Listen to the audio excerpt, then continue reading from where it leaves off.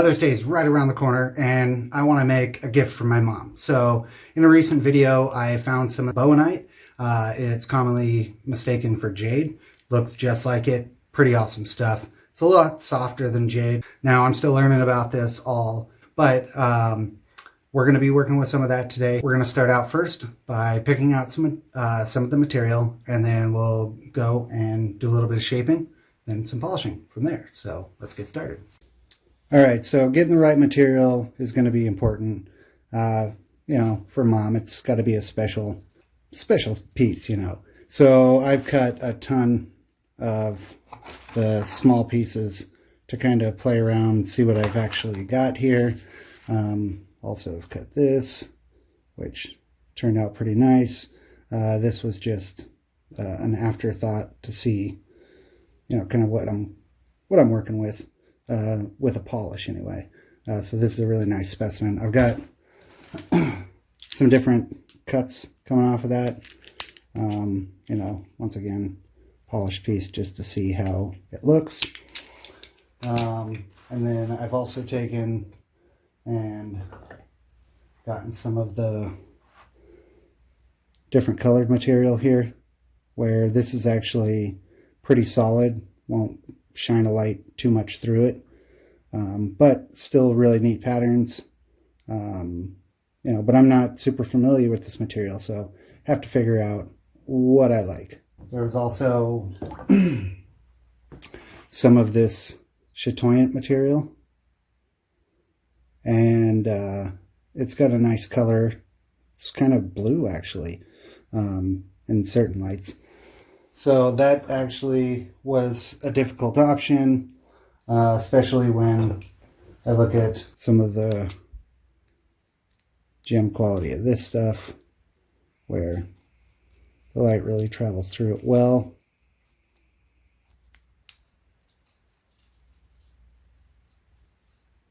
So tough decisions to make. Ultimately, I came down to this piece right here. Like to make something out of this. Does have also some really nice transparency to it. There is a fracture in there, but it's not terrible. So I'm going to see what I can do and hopefully get something nice out of it. Hope mom will like it at least, you know. Did want to show a couple of these other ones too. This one turned out pretty awesome. It's wet right now, of course. Pull it out of the bucket, you know, but pretty neat characteristics in there. Some of this milky stuff got like a core, so that's where it gets gemmy. Pretty cool. You might be able to utilize this in some type of carvings, but yeah, it's a thick one just to play with. Some of this is one of the cracked pieces, but the color on this is actually really vibrant, so I'm really liking this stuff. And you can get light somewhat through this, and so depending on how you work it. So this is you can get a light through it, and that's a pretty thick slab, so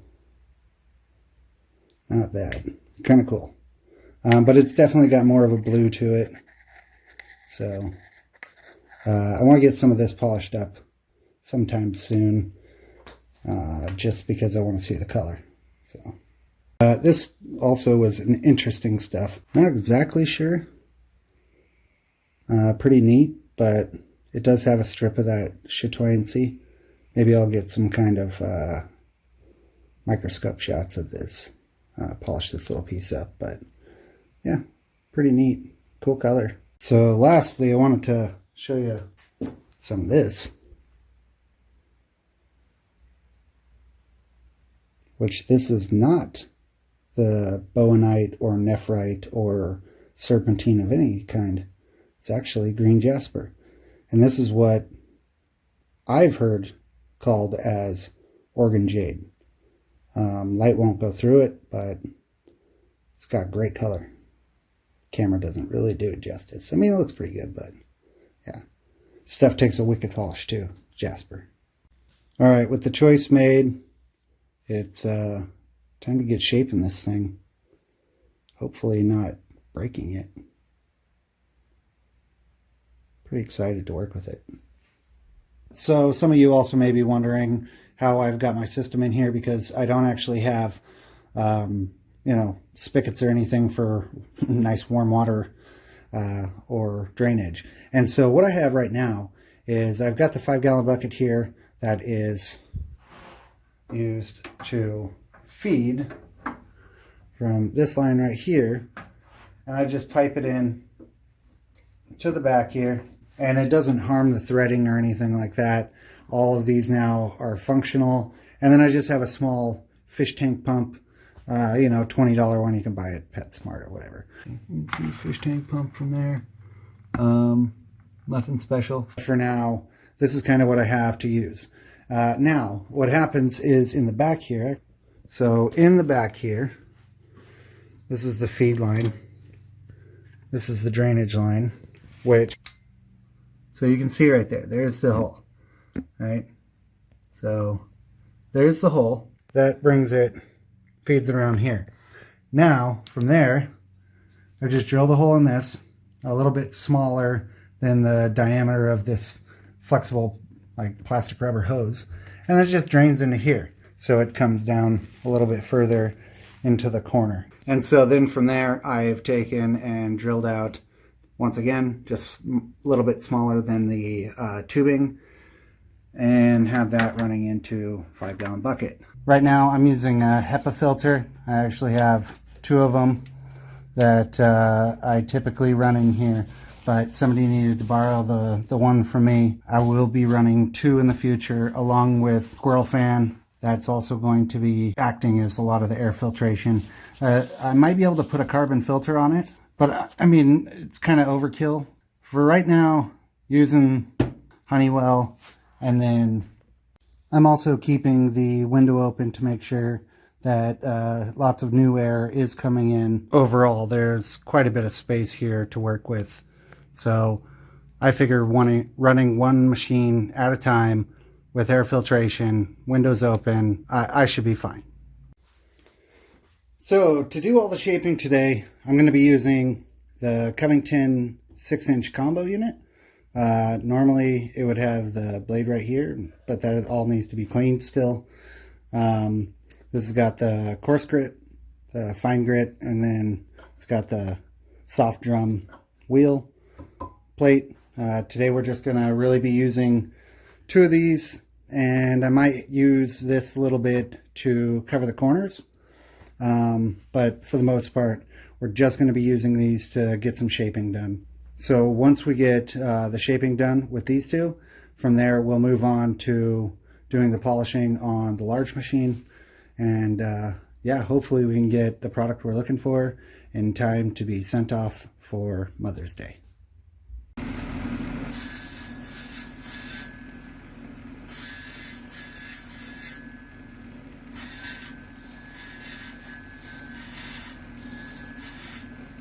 Oh, and in case some of you were wondering, we got safety glasses on.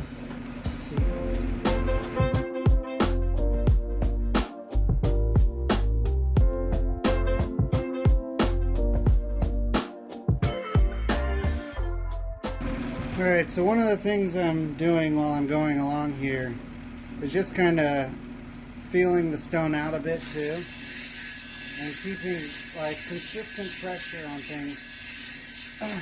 Keeping consistent pressure on the work and just moving it about the wheel in a up-down fashion, because if I hold my stone the same angle, then when I move into my work or move my work into the wheel, it changes the angle and everything.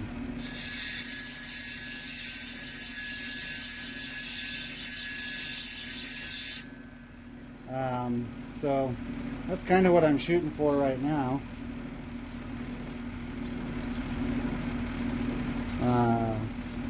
Like I said, I'm not a pro, but just playing around, hoping to make something nice.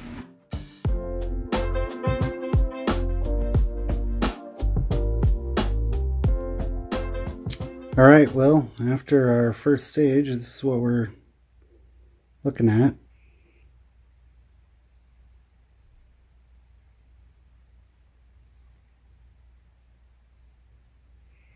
It's all freehand, so it's not going to be perfect, but I think the imperfections are actually, you know, something that's good for, you know, given to a parent, given to anybody for that matter.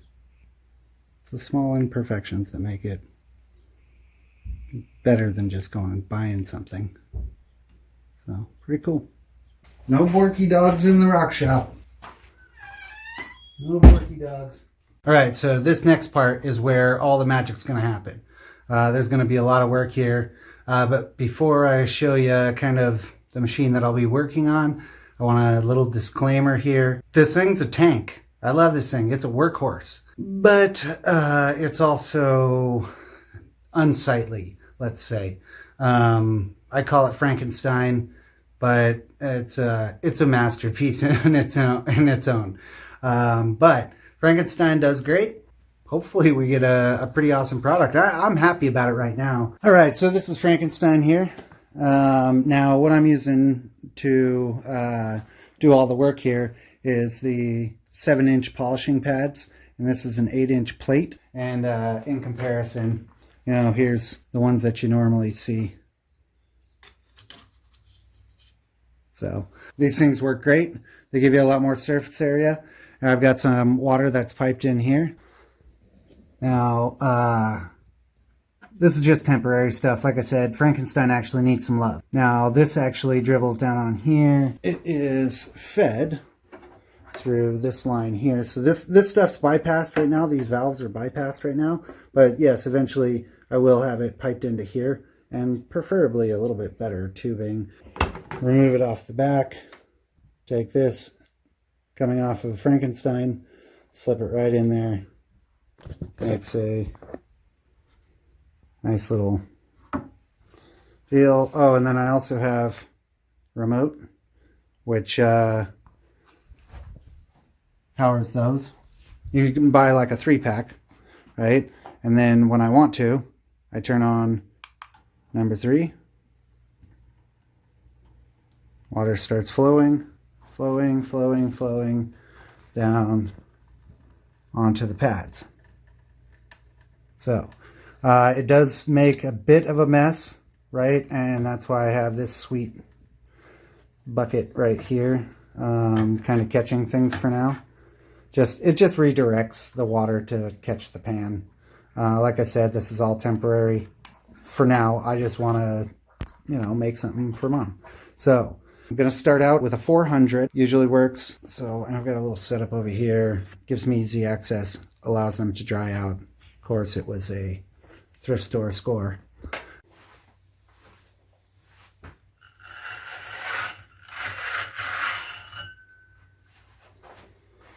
So this is how I put them on. Take them off. Definitely want to brace them, because when they're this big, they are kind of weak at some points, and so you wouldn't want to break it in half. Center hole there, a little hard to see because of the darkness. Get a hole there in the center, and try to match the two up as best as possible.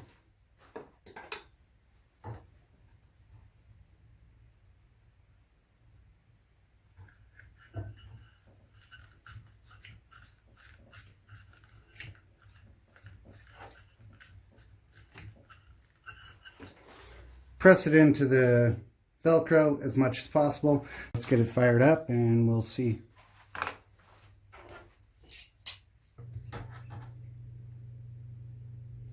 So water's going.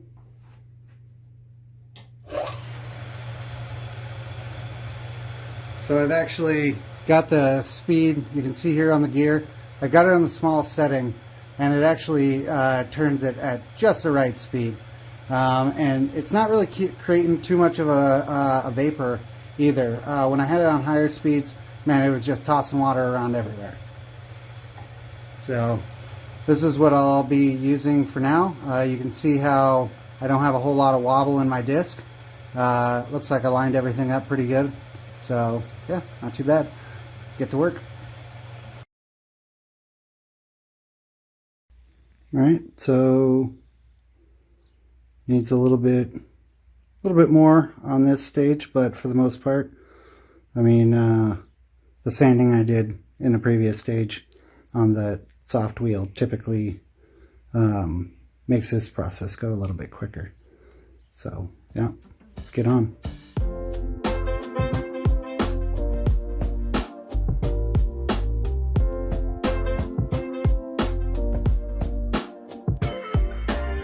Alright, here's the next stage.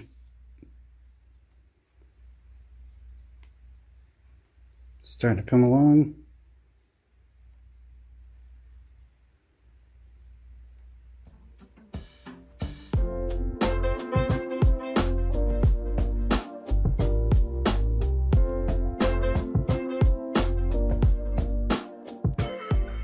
Oh, it's coming along. There are some asymmetries, some peaks, but you know, it's coming along.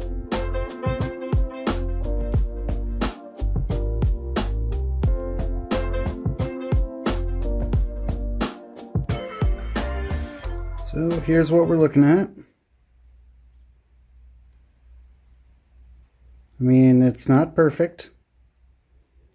It's not meant to be perfect. I couldn't perfect if I wanted to. So, did a good job, I feel. And I just gotta drill a little hole in there so then my mom can put it on some kind of clasp necklace or whatever she's gonna do.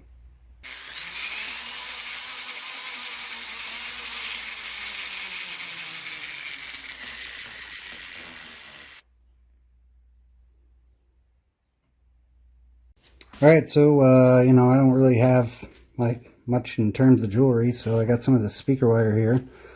It's copper at least. I'm going to take a little bit after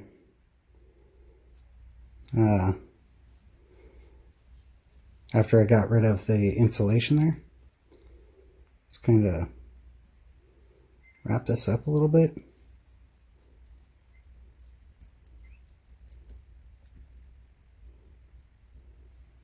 So,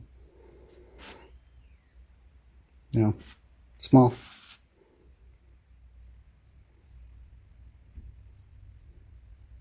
Maybe.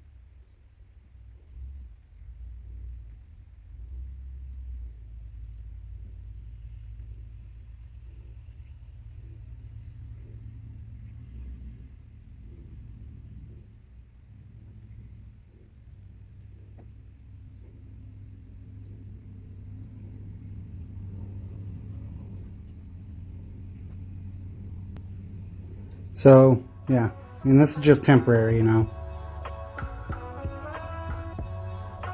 I mean, it looks kind of crappy, but like I said, temporary. Once she gets like a necklace that she wants to put this on, then yeah. But for now, alright, well, in the end, this is what I ended up making.